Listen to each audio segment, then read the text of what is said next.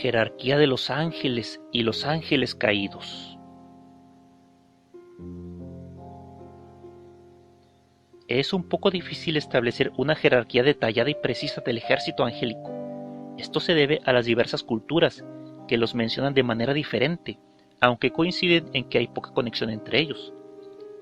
La tradición mística judía ni siquiera se refiere a los diferentes niveles de los ángeles como seres, sino más bien como Sefirot, que significa emanaciones. El flujo de estos Sefirot o emanaciones de Dios, cada una con diversos grados o etapas de conocimiento.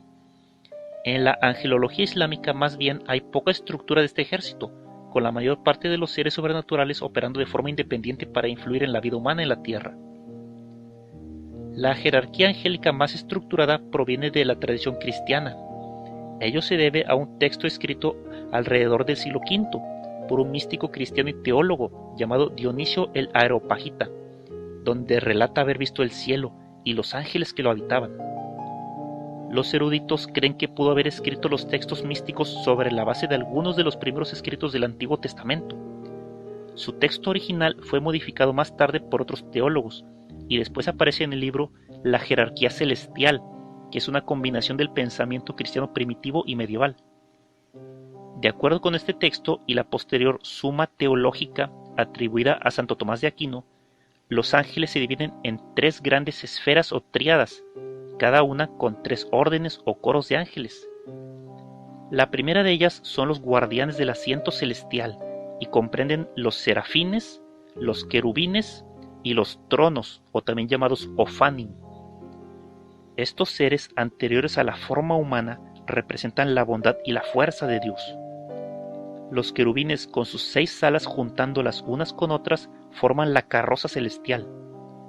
Los serafines son en sí mismos parte de la esencia de Dios, rodeando el trono como seres de luz, a la vez que los tronos lo sostienen con alas multicolor. A todo este conjunto, los judíos lo denominan Erelim. Después, las dominaciones o Hashmalim son responsables de la supervisión de los asuntos de los ángeles inferiores. Insinúan la forma en que nos imaginamos a los ángeles, como seres humanos bellos con alas. Pero es poco probable que estos seres se manifiesten a los seres humanos, a quienes por cierto quizá miran con cierto desprecio. Por debajo de las dominaciones se encuentran las virtudes, aunque su nombre no se refiere necesariamente a las virtudes morales. Su misión y deber es mantener el universo en orden. De hecho, su nombre se podría traducir como poderío, ya que al igual que las dominaciones tienen un gran poder, incluso para hasta cierto punto cambiar la naturaleza de los cielos. La última fila en este ámbito particular son las potencias, aunque no está claro qué son o cuál puede ser su función. Se cree que están unidos con ciertos lugares y partes de la Tierra manteniéndola en su armonía. Algunos eruditos han sugerido que son los guardianes de la historia y también los ángeles guerreros. Según algunos, Lucifer fue una vez su líder. La esfera más baja, entre comillas, se compone de los principados, arcángeles y ángeles. Los principados se unen a grupos de personas y son responsables de su conducta y bienestar. Debajo de ellos están los arcángeles o ángeles principales. Algunas tradiciones afirman que hay 4: Miguel, Gabriel, Rafael y Uriel. Otros después han identificado hasta 7. Los arcángeles son los encargados de la política y de la situación de los países. Por último, en este ámbito existen los ángeles o mensajeros, con los cuales todos estamos familiarizados. El cielo puede no ser el lugar idílico y tranquilo que imaginamos. Las religiones de muchas culturas hablan de guerras que asolaron los cielos en las cuales estuvieron involucradas legiones de ángeles. Desde un principio hubo historias de ángeles descontentos o seres sobrenaturales que conspiraban contra el líder supremo.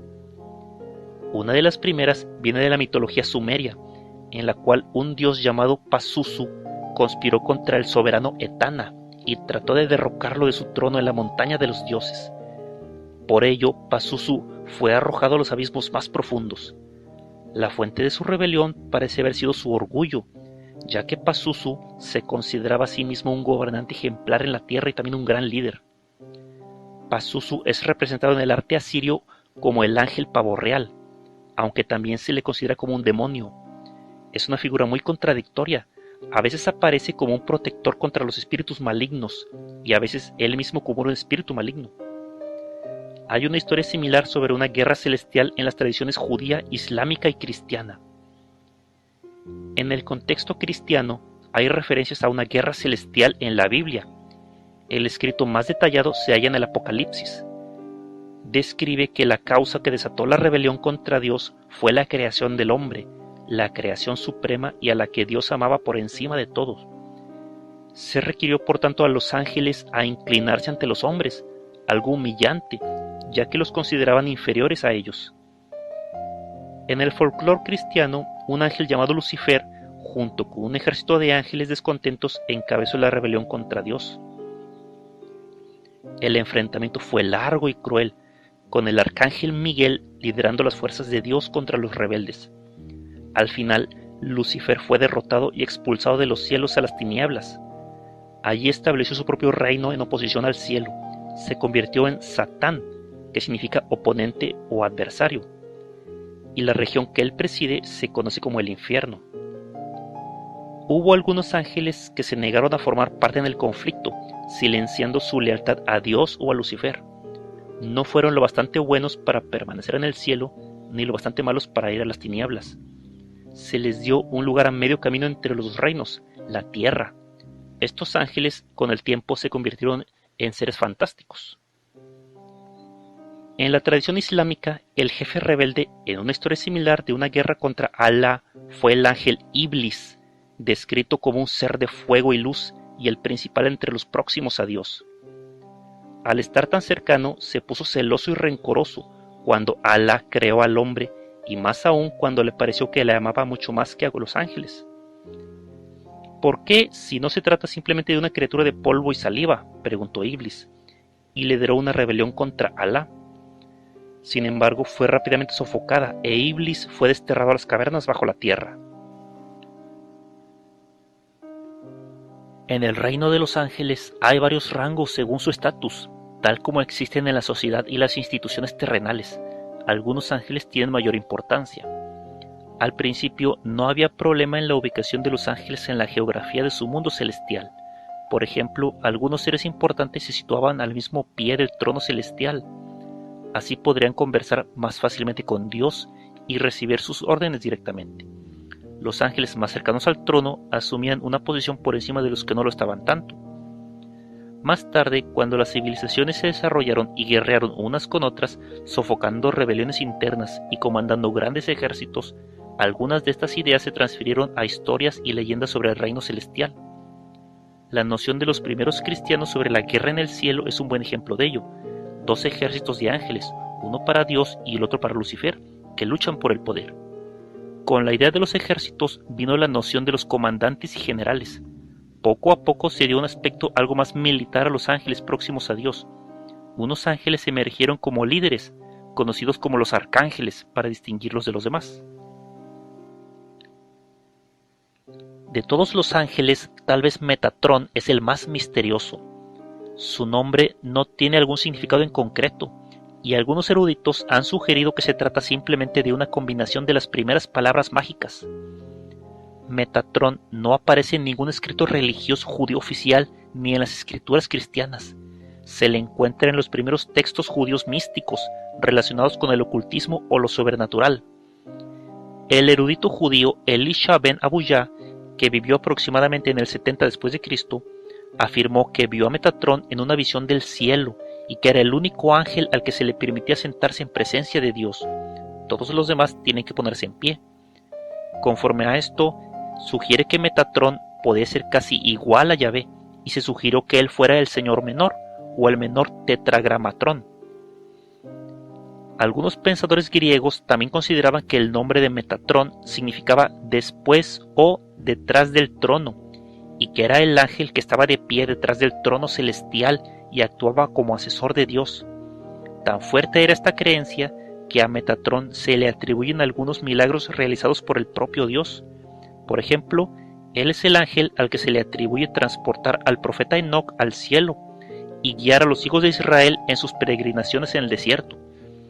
El místico Johann Andreas afirmó que Metatrón tomó el trabajo de supervisión de todos los ángeles, asignándoles tareas. En el folclore cristiano se dice que Metatrón es el ángel escribiente, detallando las buenas acciones y los pecados en un gran libro, para que todos puedan ser juzgados en el gran día del juicio final. De todos los ángeles que puedan tener contacto con la humanidad, Azrael es quizás el más antiguo y el más temido. Azrael es el nombre que los antiguos hebreos dieron al ángel de la muerte. Azrael aparece como un tipo de ángel tanto en el Islam como en la religión Sikh, aunque no se le menciona expresamente en ninguna de las dos. El Corán, por ejemplo, simplemente lo menciona como Malak al-Maut, el ángel de la muerte.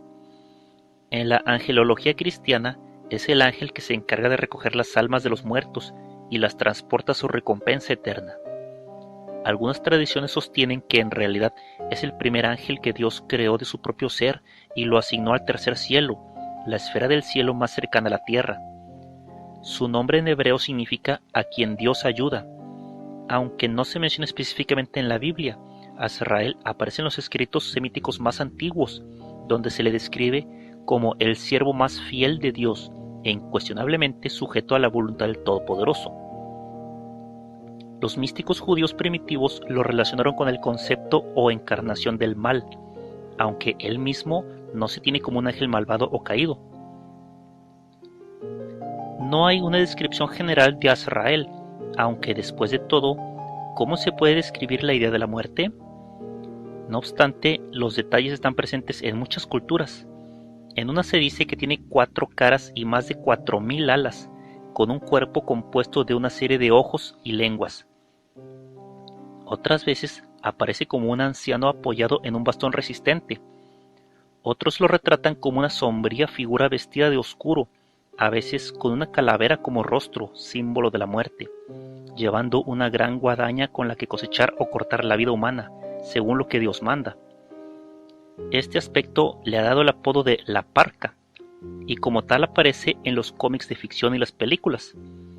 A diferencia de los furiosos ángeles caídos, Azrael es por lo general una figura tranquila, con voz suave, que lleva a los muertos al otro mundo de una manera apacible. La relación de encuentro con la muerte con una figura solitaria es común en muchas culturas, y la personificación de la muerte va mucho más atrás en la historia.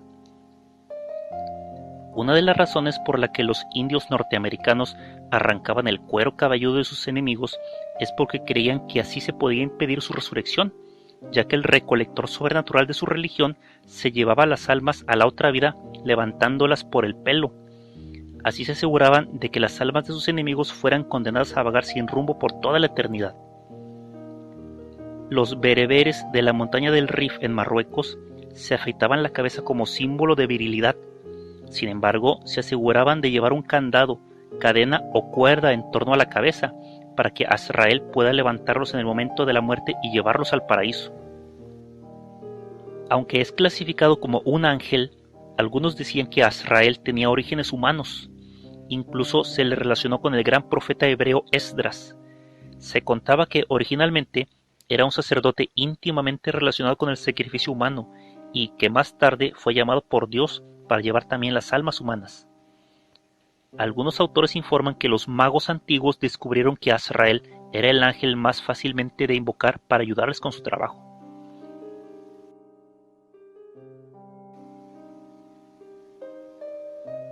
Miguel es uno de los pocos ángeles que son mencionados expresamente en el Antiguo y en el Nuevo Testamento. Además, también tiene relevancia en la tradición islámica. Se le considera como el comandante en jefe de la milicia celestial, la cual dirigió contra las fuerzas de Lucifer durante la guerra en el cielo.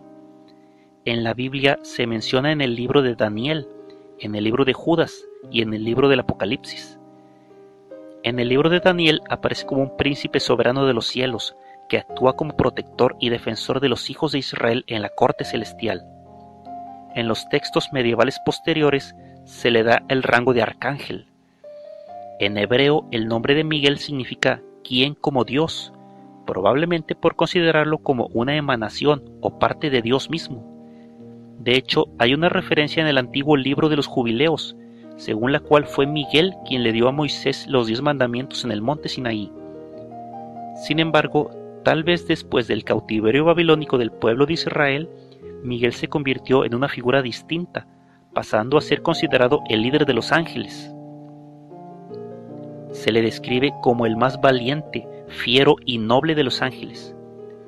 Muchos detalles de su descripción se introdujeron en la tradición cristiana a través del libro de Enoc, que supuestamente fue escrito por el bisabuelo de Noé.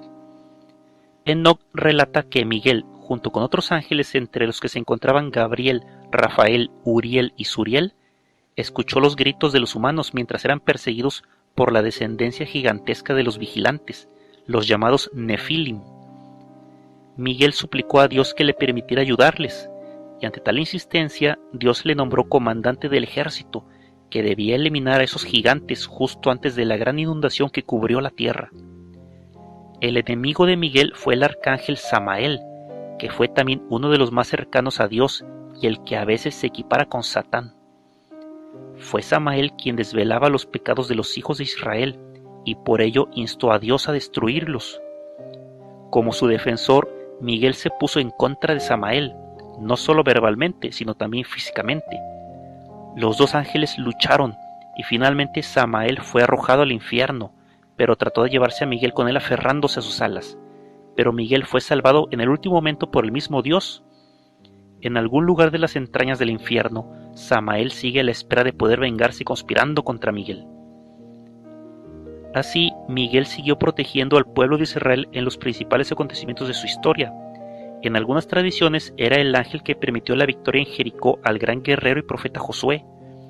En otras era el ángel que protegió a los 3 israelitas del horno ardiente de Nabucodonosor en la famosa historia del libro de Daniel. Junto con San Jorge, Miguel se convirtió en el santo patrono de la caballería y fue adoptado como el maestre de la Orden de Caballería de Francia creada en 1469.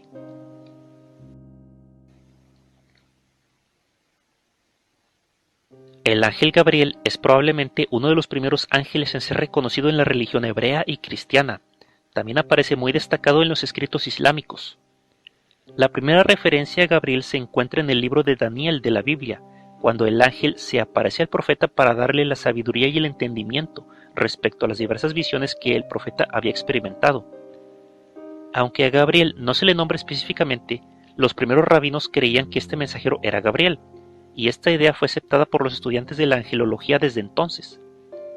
El nombre de Gabriel significa fuerza de Dios, y se le representa a menudo como una figura masculina vestida con un manto de lino. Algunos también creen que Gabriel lleva una trompeta de gran tamaño que soplará para señalar el día del juicio final. Los musulmanes, por el contrario, creen que el ángel que tocará la trompeta el día del juicio final será el ángel Israfel. La idea de Gabriel como un emisario o mensajero aparece en los textos cristianos.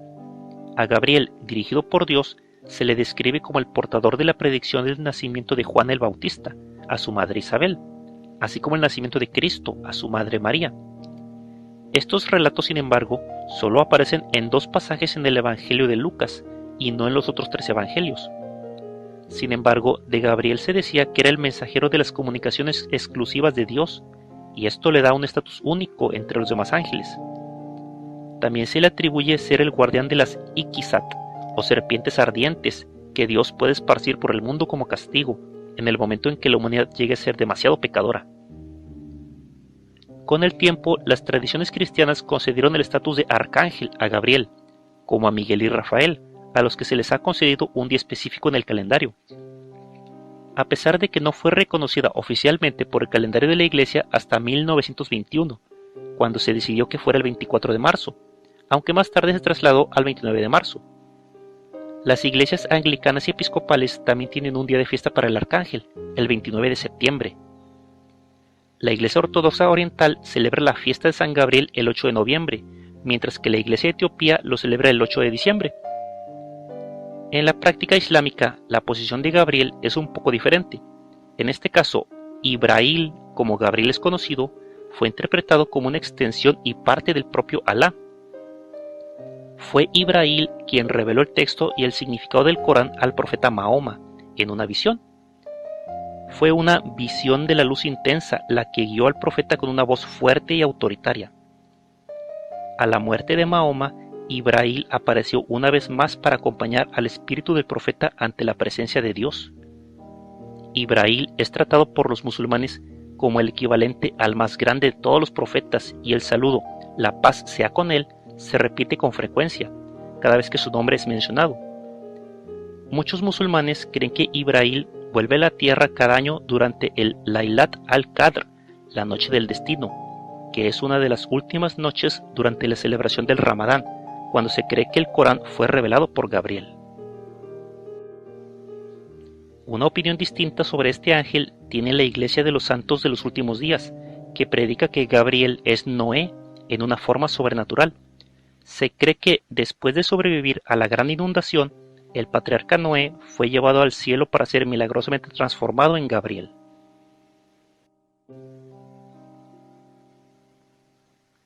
Rafael es uno de los 4 grandes arcángeles que se cree que fueron designados por Dios para la protección de la humanidad. Su nombre significa el que cura y es mencionado en el judaísmo, el cristianismo y en el islam. En las antiguas escrituras, Rafael es un combatiente contra los ángeles caídos durante la guerra en el cielo. A pesar de que no aparece en la Torá, es decir, los 5 libros de Moisés del Antiguo Testamento, a Rafael se le describe como un ángel guerrero en algunos textos, como el libro de Enoc. Ahí se narra cómo derrota al ángel caído y demonio Azazel, encarcelándolo y encadenándolo en un lugar llamado Dudael, en algún lugar del Alto Egipto, según se cree. En el libro de Enoc se narra la descripción de esa derrota y cuenta que Rafael cubrió al demonio con un montón de grandes y pesadas piedras, para que su rostro no volviera jamás a ver la luz. Rafael también es nombrado en el libro de Tobías, considerado uno de los escritos más importantes tanto para la Iglesia católica como ortodoxa. En ese relato, Rafael protege a la hija de Raguel llamada Sara, cuyos esposos son asesinados por el demonio Asmodeo. Los griegos que transmitieron las enseñanzas cristianas, sin embargo, cambiaron ligeramente la naturaleza de Rafael. El hebreo moderno interpreta la palabra rofe como curación o medicina, y los griegos sugieren que Rafael podría ser de hecho un sanador a la vez que un guerrero. En los textos griegos del siglo II se describe cómo Rafael se convirtió en uno de los 7 ángeles más poderosos, encargado específicamente de la protección y bienestar de la humanidad. En el área donde Rafael es experto es en la capacidad de sanación. Se narra, por ejemplo, que curó la ceguera de Tobías. Su presencia aparece tanto en la religión hebrea como en la cristiana. Rafael aparece en la historia bíblica de Jesús como el ángel que bajó a la piscina de Betseda para curar a los que entraran en las aguas. Junto con Miguel y Gabriel, Rafael fue uno de los ángeles más reconocidos por la iglesia cristiana primitiva. De hecho, es uno de los pocos ángeles formalmente convertidos en santo, junto a San Miguel y San Gabriel. La festividad de San Rafael fue designada específicamente en el calendario de la iglesia romana como el 24 de octubre. En el Islam, por otra parte, Rafael, conocido como Israfel, es el encargado de soplar un cuerno grande, llamado Sur, el cual sonará 2 veces, la primera que marcará el comienzo del día del juicio final en el fin del mundo, y la segunda para hacer que todas las almas se reúnan para el juicio. Rafael también aparece en muchos amuletos para proteger a su portador. Se le representa como un hombre de pie sobre un pez, en referencia al libro de Tobías.